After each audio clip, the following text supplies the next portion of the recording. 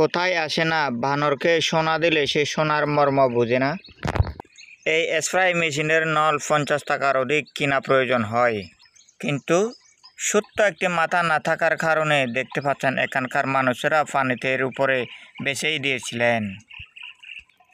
যতই পাহাড়ে এগিয়ে যাচ্ছি ততই নদী নালায় দেখতে পাচ্ছি বড় বড় বিশাল বড় ধরনের গাছ। গাছের উপরে একটি পাথর দেখতে পাচ্ছেন, যা এখানে মানুষেরাই কাপড় ইত্যাদি ধুলাই করে থাকেন সাবান দিয়ে। হয়তোবা এখানে মোমো তারা জ্বালিয়েছিলেন বাতি। কিছু কিছু প্রকৃতিকে রূপ আছে, বেশি অতিরিক্ত পানি পেলেও মরে যায় আর পানি না থাকলেও মরে যায়, যা এখানে দেখতে পাচ্ছি। পানির নিচেই দেখতে পাচ্ছেন কচু শাক। পড়ে থাকা সেগুন গাছ দেখুন, যেটি ঢাকার শহরে 1 ফুটের দাম 5,000 টাকা, কিন্তু পাহাড়ে পড়ে রয়েছে এই সেগুন গাছ কোনো মূল্যহীন ছাড়া।